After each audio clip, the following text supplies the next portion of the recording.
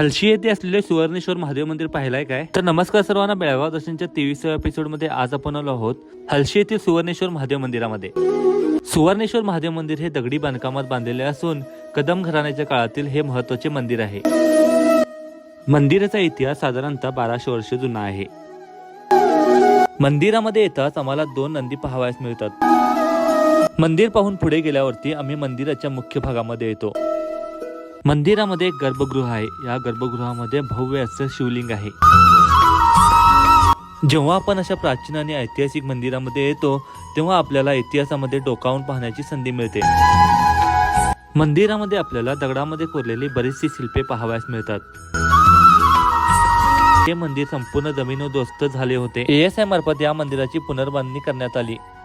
मंदिराचा वरचा छत बांधण्याचा प्रयत्न करण्यात आला, परंतु ते प्रयत्न सफल झाले नाही।